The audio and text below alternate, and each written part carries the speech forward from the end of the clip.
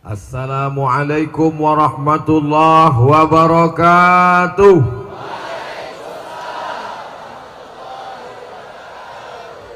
Bersyukur kepada Allah dengan ucapan Alhamdulillahi Rabbil Alamin. Berselawat kepada Rasulullah dengan mengucapkan Allahumma salli ala Sayyidina Muhammad wa ala ali Sayyidina Muhammad. Apa kabar ibu-ibu? Sehat? Bapak-bapak? Kenapa yang Ustadz Somad sapa ibu-ibu duluan sesuai pesan ladies first? Yang mendengarkan tausiah di tengah panas dapat pahala 1. Yang di bawah pokok kayu 50%. Yang 50 pokok kayunya. Yang di bawah tenda kita tidak berani karena profesor dan orang-orang. Mau yang ada jabatan ataupun tidak, mau yang besar maupun yang kecil, hadirin hadirat muslimin muslimat, yang besar tak dihimbau gelar, yang kecil tak disebut nama. Insya Allah kita semua dimuliakan Allah subhanahu wa ta'ala. Amin ya rabbal alamin. Yang membaca Al-Quran tadi Al-Mukarram Dr. Andus Haji Ahmad Muhajir. Tahun 1980 beliau juara di Makkah Al-Mukarramah. 1980 saya baru merangkak. Beliau sudah juara 1. Di mana dikumpulkan qori-qori di dunia, juara internasional dunia, beliau juara. Andai ada musabaqah dunia akhirat, menang juga beliau. Begitulah hebatnya. Dari mana beliau berasal? Perbaungan. Perbaungan itu di mana dulu kerajaan Serdang. Sekarang posisi kerajaan Serdang Sumatera Utara. Yang ceramah ini dari mana? Nama kampung halamannya Silau Laut. Posisinya di mana dulu? Kerajaan Asahan. Kerajaan Asahan dan kerajaan Serdang tunduk di bawah kerajaan Samudra Pasai Aceh. Jadi nanti jangan beritanya dipelintir, karena sekarang banyak orang yang suka melintir gara-gara cita-citanya tukang kepang rambut jadi wartawan. Akhirnya berita dipelintir. Apa bunyi beritanya? Orang Aceh tidak pandai ngaji, tidak pandai ceramah, lalu ngundang qori dan penceramah naturalisasi. Padahal kami sebagai anak-anak bangsa mengenang sejarah masa lalu, masa silam. Dulu kerajaan Aceh yang besar, 4 kerajaan Melayu di bawah, Aceh di atas, turun ke bawah kerajaan Melayu Langkat. Itulah Masjid Azizi yang besar di Tanjung Pura. Turun ke bawah kerajaan Melayu Delhi. Itulah istananya tegak berdiri, Istana Maimun. Turun ke bawah kerajaan Serdang. Itulah kampung halaman Al-Mukarram Ustadz Ahmad Muhajir. Turun ke bawah kerajaan Melayu Asahan. Ada seorang raja bernama Sultan Iskandar Muda. Sultan Iskandar Muda mau mengunjungi kerajaan besar di Malaya bernama Kerajaan Kesultanan Malaka. Sebelum sampai ke Malaka, dia singgah di sebuah tanjung. Di tanjung itu ada balai-balai, maka disebut negeri itu sebagai kota Tanjung Balai, sekarang Kabupaten Asahan. Menikah dengan seorang gadis bernama Putri Selendang Ungu. Lalu kemudian hasil pernikahan itu lahir seorang anak laki-laki bernama Abdul Jalil. Itulah yang menjadi sultan pertama kerajaan Melayu Asahan, Sultan Abdul Jalil, yang mengalir darah Sultan Iskandar Muda dalam dirinya. Maka 4 kerajaan ini yang sekarang disatukan dalam provinsi Sumatera Utara berbatasan langsung dengan kerajaan Siak Sri Indrapura Riau. Ketika itu 4 ini tidak berani diusik oleh Belanda. Kenapa? Karena ada serigala singa besar menjaga dia, persis seperti saya saat ini. Saya saat ini berceramah, maka semua mahasiswa Civitas Akademika diam mendengarkan. Padahal yang ceramah ini hanya LCMA, lagi cemas menghadapi anak-anak unsia. Kenapa mahasiswa ini bisa tenang mendengarkan? Sebetulnya yang dipandang bukan yang ini, tapi ada singa-singa besar di belakang. Yang gagah, yang perkasa, yang profesor, yang guru besar. Mereka yang ada di belakang. Disangka orang ini yang didengarkan. Bukan. Inilah bahasa Melayu istilahnya menumpang tuah. Jangan sampai kita tidak sadar diri, tahu diuntung. Merasa kita yang bertuah. Belanda tidak berani mengusik kerajaan-kerajaan kecil ini. Kenapa? Karena ada kerajaan Samudra Pasai, kerajaan Aceh yang besar. Tapi mereka sadar, ini Aceh tidak bisa dirusak dari luar. Makin diserang dia makin kuat, makin diserang dia makin hebat, makin diserang dia makin kokoh. Mereka berpikir bagaimana merusak Aceh. Akhirnya mereka rusak dari dalam lewat perbedaan pendapat bernama ikhtilaf. Perpecahan muncul dari dalam. Siapa yang merusaknya? Yang merusaknya bukan orang dengan rambut gondrong, dengan gaya Belanda, Tuan Menir. Bukan. Siapa yang merusaknya? Yang merusaknya adalah orang yang bersorban, pakai jenggot panjang, pakai jubah, yang kebetulan sifatnya sama. Jangan tersinggung dulu, ini cerita masih panjang.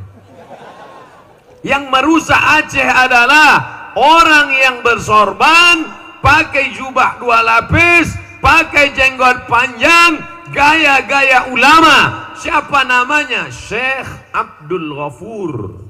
Baru saja pulang dari Makkah Al-Mukarramah, belajar Syafi'i, belajar Maliki, belajar Hanafi, belajar Hambali.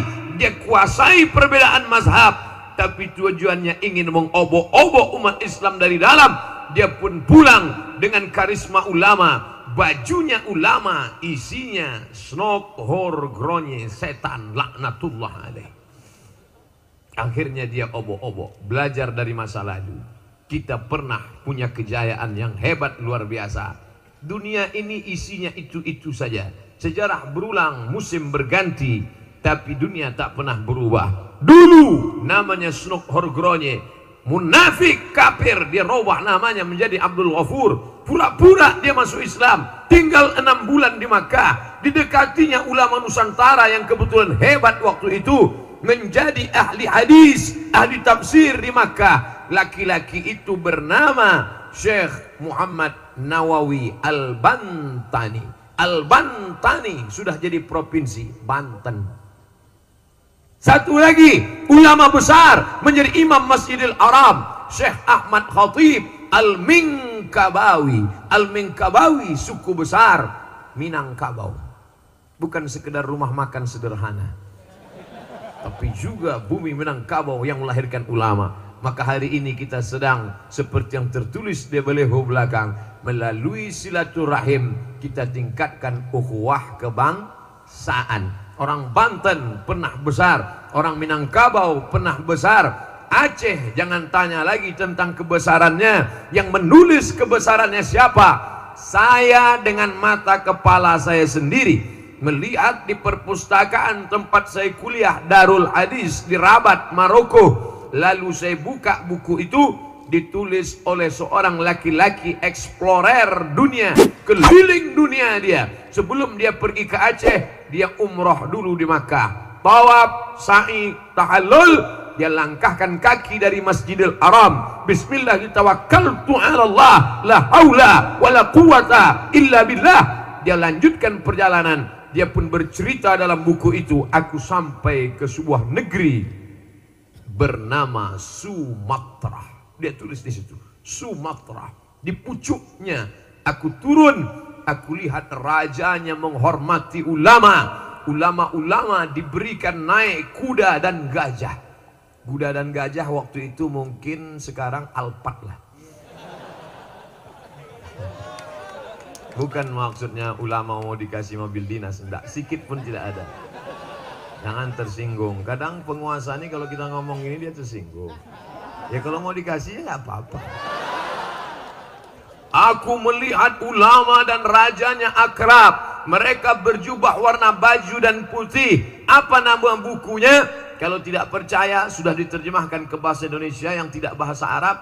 Bukunya berjudul Rihlah Ibni Battutah. Makamnya masih ada sekarang di Maroko. Makanya nama saya buat di internet Somad Maroko. Banyak orang nanya, kenapa Ustadz buat Somad Maroko? Kenapa tidak Somad saja? Pengalaman pernah saya tulis di Google Somad, keluar sinetron Bang Somad. Maka saya buat Somad Maroko. Karena saya pernah kuliah di sana. Dan yang paling banyak di antara 30 sekian provinsi di Indonesia, di antara anak-anak bangsa yang paling banyak kuliah di Maroko adalah anak Aceh. Tapi terus terang, saya sama anak Aceh dulu waktu di Maroko kurang suka lah, kurang senang. Kenapa? Mereka duitnya banyak. Beasiswa dari APBD. Itulah, maka saya tinggal di asrama, kurang suka. Sampai sekarang alhamdulillah. Yang paling banyak ngundang saya malah Aceh. Ceramah terbanyak, teramai, terpenuh halaman Ustadz Somad selama penceramah, selama memberikan tabligh akbar di Aceh. Kapan itu? Acara mengenang tsunami bulan 12 kemarin.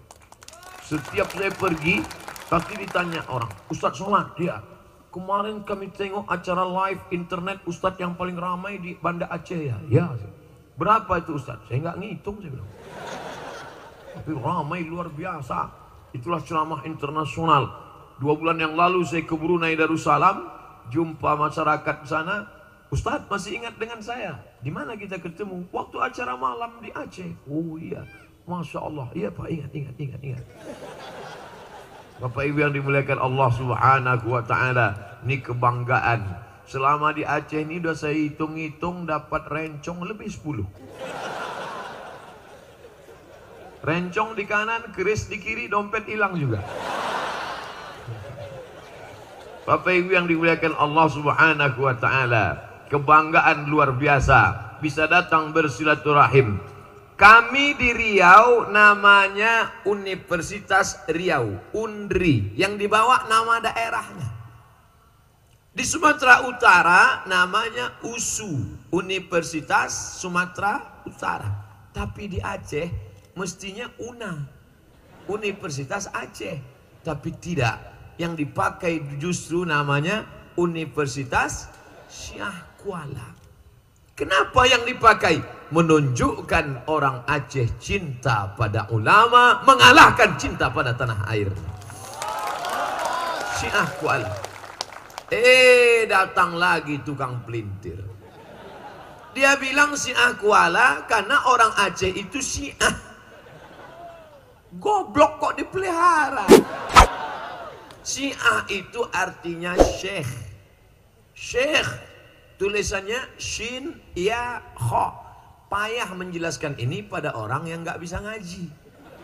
Makanya kalau bisa ngaji, kuliahnya di Universitas Syah Kuala. Di sini ada mata pelajaran agama Islam. Syarat ngambil mata pelajaran agama Islam harus bisa baca Quran. Kalau tidak bisa baca Quran, tidak bisa ambil mata kuliah agama Islam. Kalau tidak ambil mata kuliah agama Islam yang muslim, maka tidak akan lulus, tidak akan sarjana.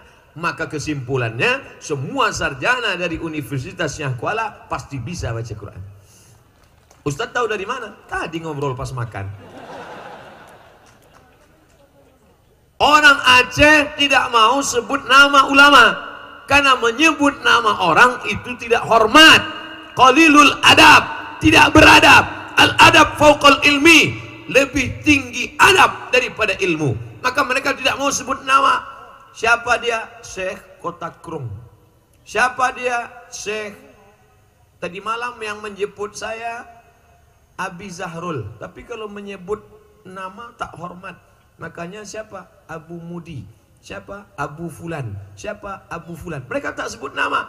Siapa namanya? Syah Kuala. Tapi sebetulnya itu adalah nama besar Syekh Abdul Raub As-Singkili. Dari ujung namanya kita sudah tahu dia berasal dari mana. Al-Makki, orang Makkah. Al-Makki. Orang Madinah, Al-Madani. Orang Mesir Al-Misri, orang Singkel As-Singkili.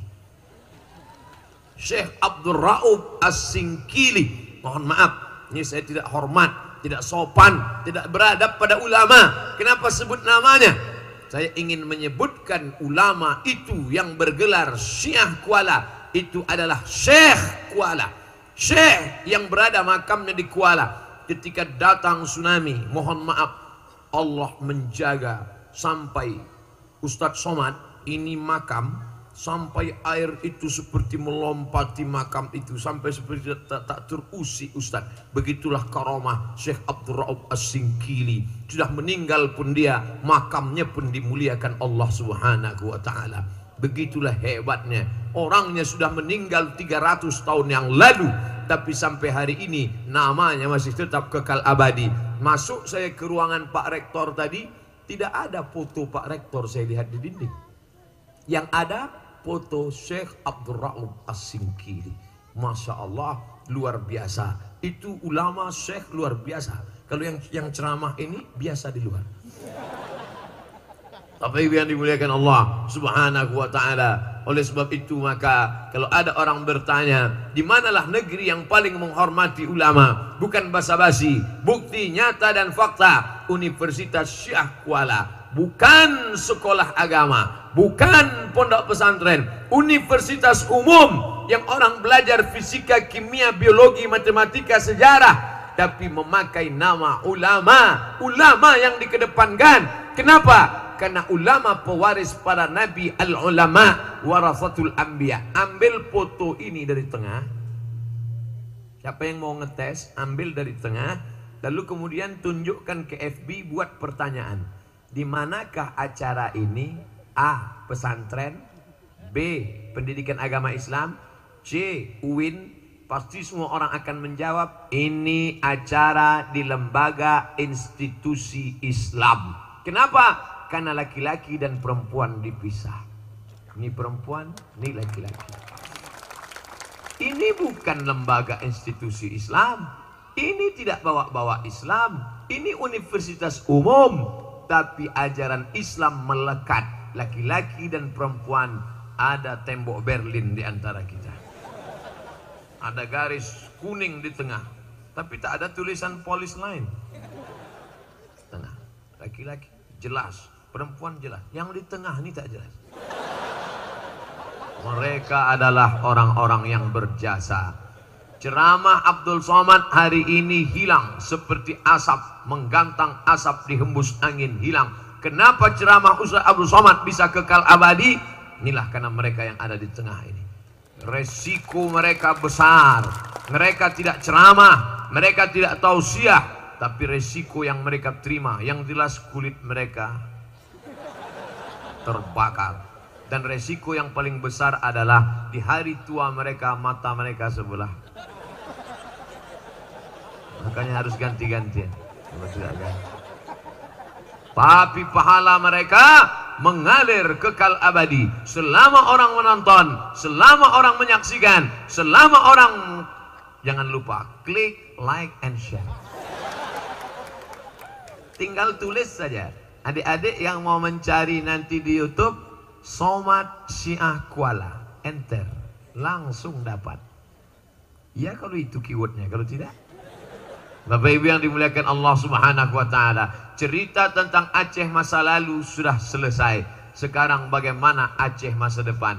Aceh masih tetap menjadi model bagaimana menjalankan syariat Islam dalam dunia demokrasi. Allahu Akbar.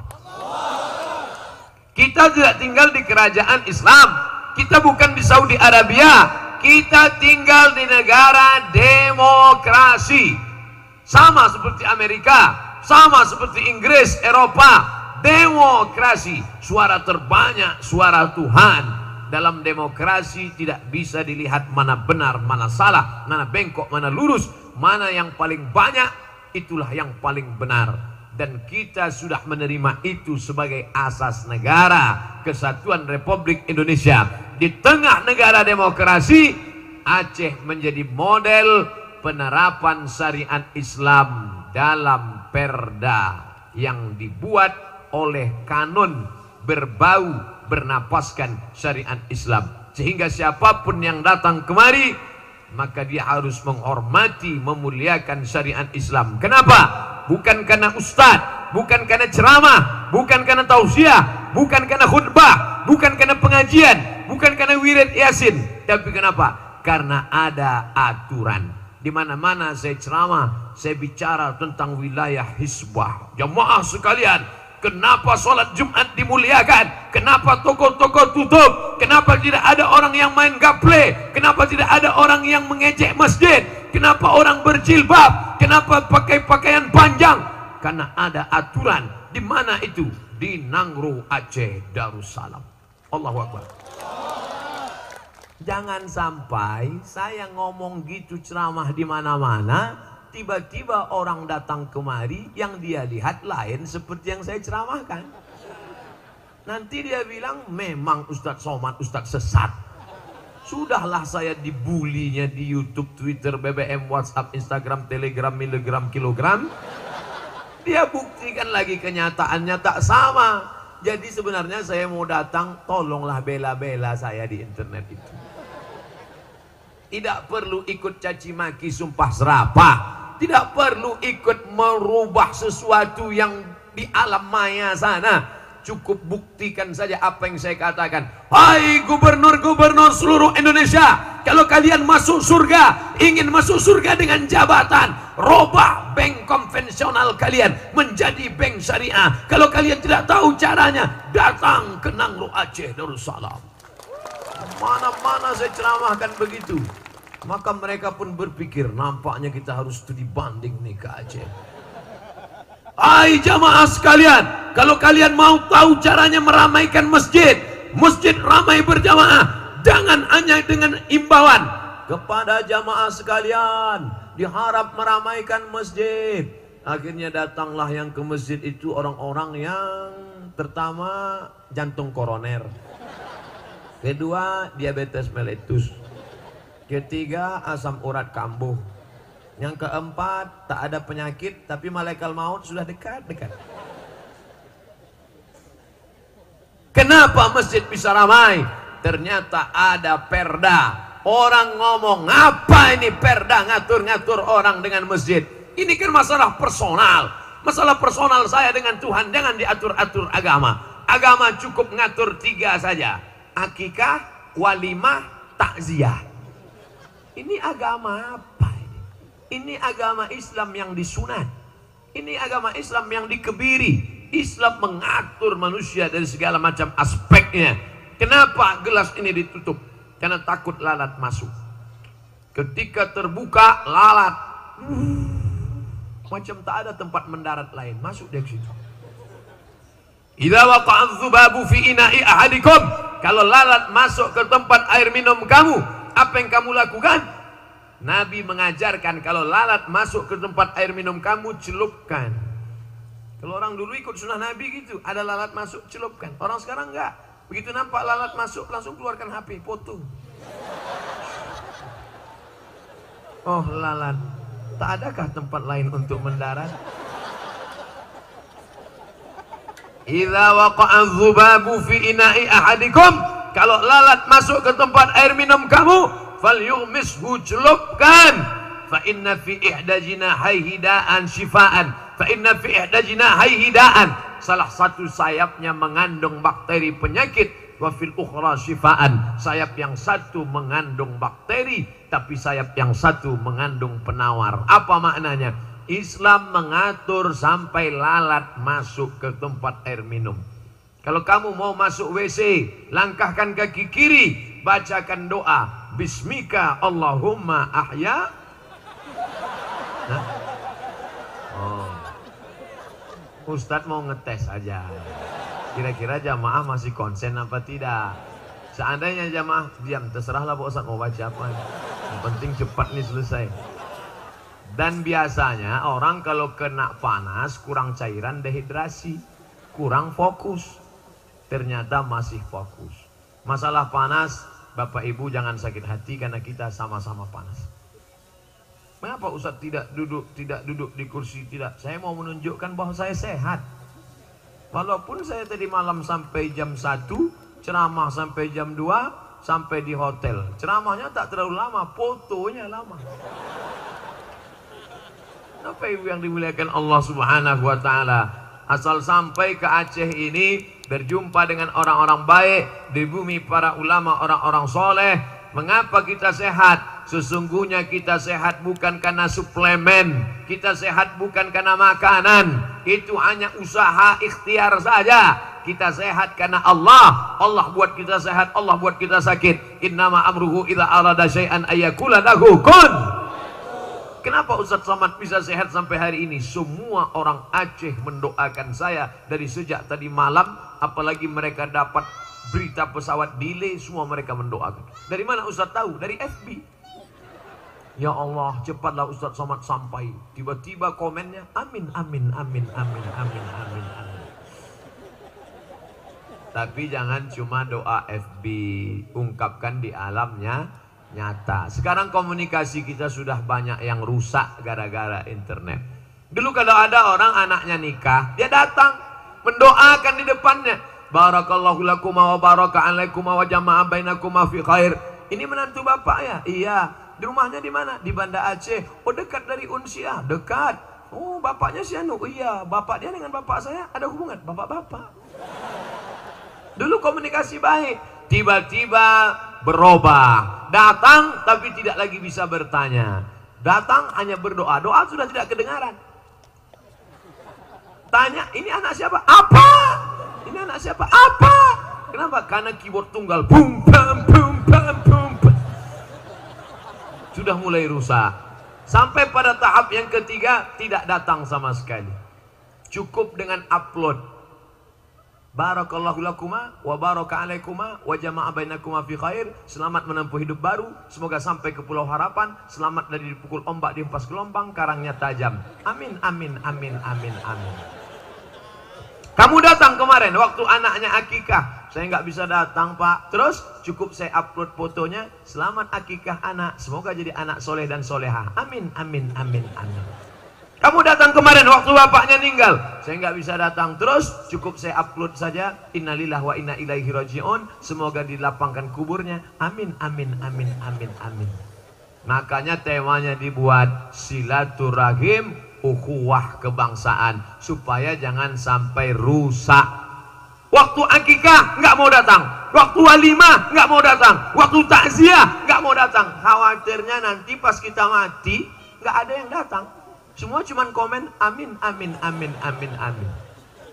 Alhamdulillah, saya bisa ketemu dengan Pak Rektor, bapak-bapak wakil rektor, bapak-bapak senat, guru-guru besar datang hadir, kehormatan yang luar biasa. Bapak Ibu yang dimuliakan Allah Subhanahu wa taala, ini kampus. Begitu kali saya turun dari kendaraan tadi, selamat datang Ustadz Somad di kampus Jantung Hati. Dalam hati saya lama menung. Kok jantung hati? Saya mau nanya segan. Kalau kita sebenarnya kalau saya mau nanya bisa aja, Prof, kenapa disebut jantung hati? Kan malu kita, ketahuan belum S3. Jadi lama saya berpikir, kenapa disebut jantung hati? Kalau salah tolong luruskan, tapi jangan di sini nanti pas sudah turun. Nampak betul bodoh kita nanti. Jantung kata Nabi, ala fil jasadi mutrah. Ketahuilah di dalam dirimu ini ada segumpal. Idza salahat salahal jasadu kulluh. Kalau yang segumpal ini baik, maka yang lain ikut menjadi baik. Matamu baik, telingamu baik, kakimu baik. Apa dia? Jantung. Letaknya di sebelah kiri, berdegup dan berdetak. Yang bisa mendengar dokter pakai earphone, earphone namanya. Ada juga mikrofon yang bisa katanya kalau dia bener. Mikrofon yang mahal itu bisa.